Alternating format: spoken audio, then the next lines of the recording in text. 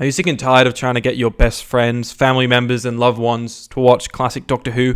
Maybe you're trying to watch classic Doctor Who yourself, but you don't know where to start. You're too scared of the dodgy sets and the monsters that look like willies.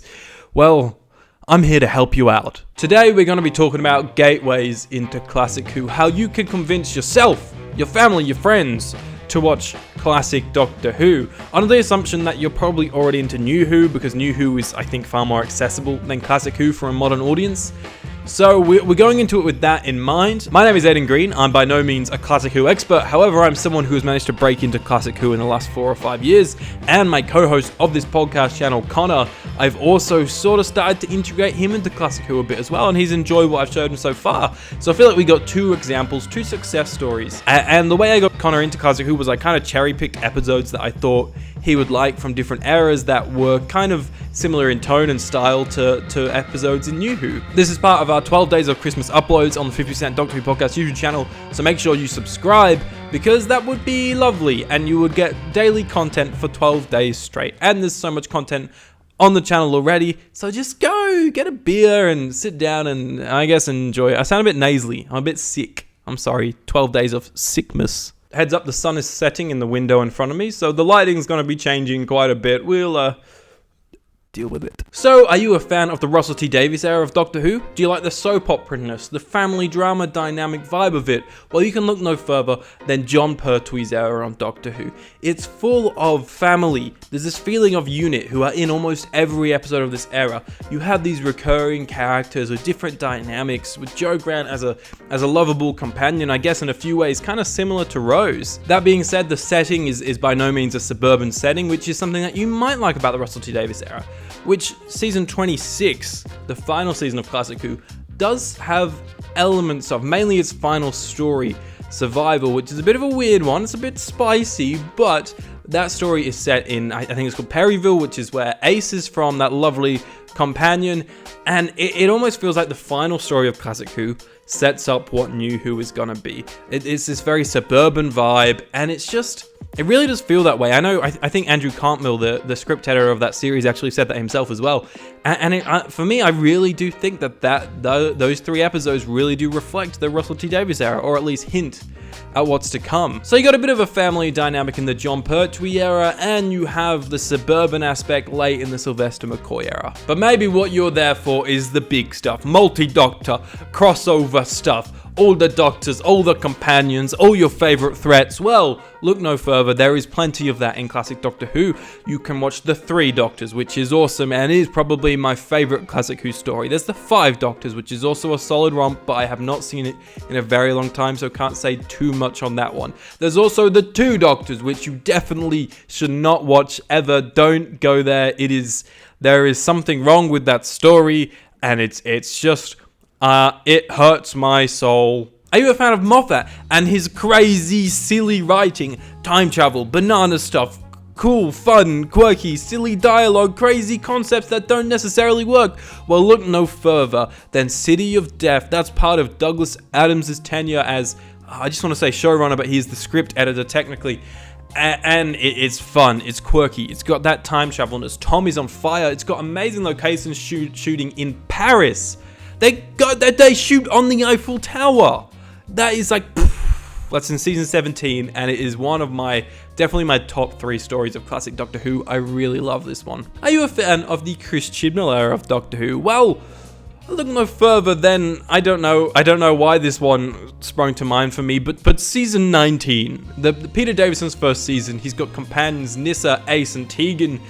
And something about this dynamic just really made me think like season 11 to 12. I don't know why. I think it's like the young companions, that kind of thing. I don't know. I don't know. It just feels like that to me, even though they are different. I don't know. Just forget that one. Let's move on. Are you a fan of Dreamland? Well, look no further than the Web of Fear animation. But maybe it's the monsters that you like. Maybe it's seeing your boys, the Cybermen. In that case, you should definitely check out Earthshock. I know everyone raves about it, but it is a story in season 19 that just has the Cybermen as such a good threat with real consequences. There is high stakes in this story. and it's worth the hype in my opinion. For the Daleks, you got a few options. The story itself, the first story, the Daleks, it's a little bit baggy, but it's an interesting way into understanding the Daleks and seeing kind of a bit of the lore there. But even bigger and more expansive on the lore is Genesis of the Daleks, which I'm sure you've heard of before. It's a Tom Baker story with 6 parts. Once again, it's a little bit baggy, but it introduces Davros for the first time. It's a big story, and it is definitely worth the hype. I know everyone raves about it. It's like the best Classic Who story of all time, but it is really good, and it's up there for that reason. But if you're looking for an alternative, I think Remembrance of the Daleks, the Sylvester McCoy story, is a lot of fun. It's with Ace, it's with Davros. I haven't seen it in a long, long time, but my impressions of it back in the day were that this is a really solid story, and I know that it has stood the test of time with a lot of fans. Or maybe you're a big fan of my boy, the Master. Well, let me tell you, he was introduced in Terror of the Autons, and what an episode, what a serial that is. You should check it out. You get to see the first time the Master is in Doctor Who. That's a great one to go to. But there's also a few other really great Master stories in Classic Who. There's Logopolis, which also sends off Tom Baker in his final series, and once again, it's a story that has big stakes. It's probably not the best of the bunch, but it's a good story. There's also the Daemons, which is, it's Spooky Town. It's Spooky Town. The Master goes to Spooky Town in this one, which brings me to my next point. Maybe you like Doctor Who's spookiness. Well, I have some recommendations for you. Like I said, The Daemons is a really good kind of spooky story starring Jon Pertwee, but there's also a few other kind of interesting ones. Season 26, that season I mentioned before, that's one of my favorite seasons of Classic Who. Sylvester McCoy and Sophie Aldred. It's the final season of the classic run, and it just has this spooky vibe. In particular, Ghostlight and the Curse of Fenric have just really spooky auras to them. Sylvester McCoy's era slowly becomes darker and darker, and those two stories are a really good showcase of that. Alright, so look, Doctor Who is camp. It's always been camp. We know it's been camp, and if you like your camp Doctor Who, then look no further than The Hand of Fear Part 4. The thing is with The Hand of Fear, the first 3 parts, amazing, solid, fantastic. Part 4? I don't know what crack was going on in the writer's room. This is the craziest, most bananas, silly shit that is a left turn from everything else that they were doing, but it's so fun, man. It's camp. It's fun. Wow. When Russell T Davies took over Doctor Who in 2005, he made it more dramatic. He made it more emotional, and that comes from his roots as a writer on soap operas in his early days as a writer. And I think for that reason, a lot of people sometimes think that Classic Who isn't that emotional. And you know, we all love Doomsday. We all love those big emotional moments in New Who. But Classic Who does have emotional beats. They're just a little bit more subtle in execution, which I think sometimes maybe New Who could learn a lesson or two from that. So if you are a big fan of emotional moments in Doctor Who, then I'm going to give you some classic stories that you can get your little emotionals, your little crying into your gin at night kind of episodes. Here's my recommendations there. For me, companion exits in Doctor Who seem to be more emotional than the actual Doctor regenerations, so I'm going to go through a few of these. Jo in the Green Death. Her final story is a thrilling 6-parter. We have just reviewed it on the channel a few weeks ago, and it has a very emotional and very subtle and just sad ending. And it's just lovely. It really is lovely, and I really do recommend it. The campness of The Hand of Fear is very quickly forgotten about when it comes to Liz Sladen's exit as Sarah Jane Smith in Doctor Who. It is a somewhat jarring farewell, but it once again feels real and raw, and you know, it makes School Reunion work so well because it's just this interesting, weird, but somewhat emotional exit. And Earthshock, which is I think the first companion death, is when Adric dies, and that moment is heartbreaking. I remember that was my first experience of a companion dying, because I watched Christopher Eccleston season 1, and then between season 1 and season 2 I moved to Australia, and they were playing a bunch of Peter Davison stories on ABC when I moved to Australia, and Earthshock was one of those first stories that I ever saw.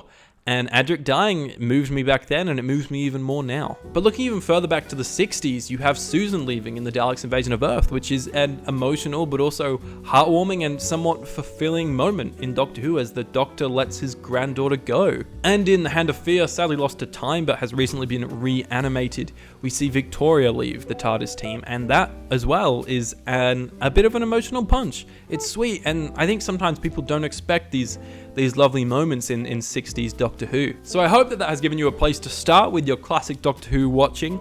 Just look at what you like in New Who, and then, you can figure out what episodes in Classic Who kind of replicate that tone, because the big thing to remember is that all these New Who writers are pretty much always inspired by Classic Who. The stuff from Classic Who that they're bringing up and modernizing. So the roots of New Who have always been there, hidden in Classic Who. So I hope that this video helped you out, and if you liked what you see here and you want to see more, hit subscribe, hit that like button to help the algorithm. We're going to have so much more Christmas content coming out in the lead up to Christmas, because it's the 12 days of Christmas, baby. Let's go. And we'll see you tomorrow in the next day of the 12 days of Christmas.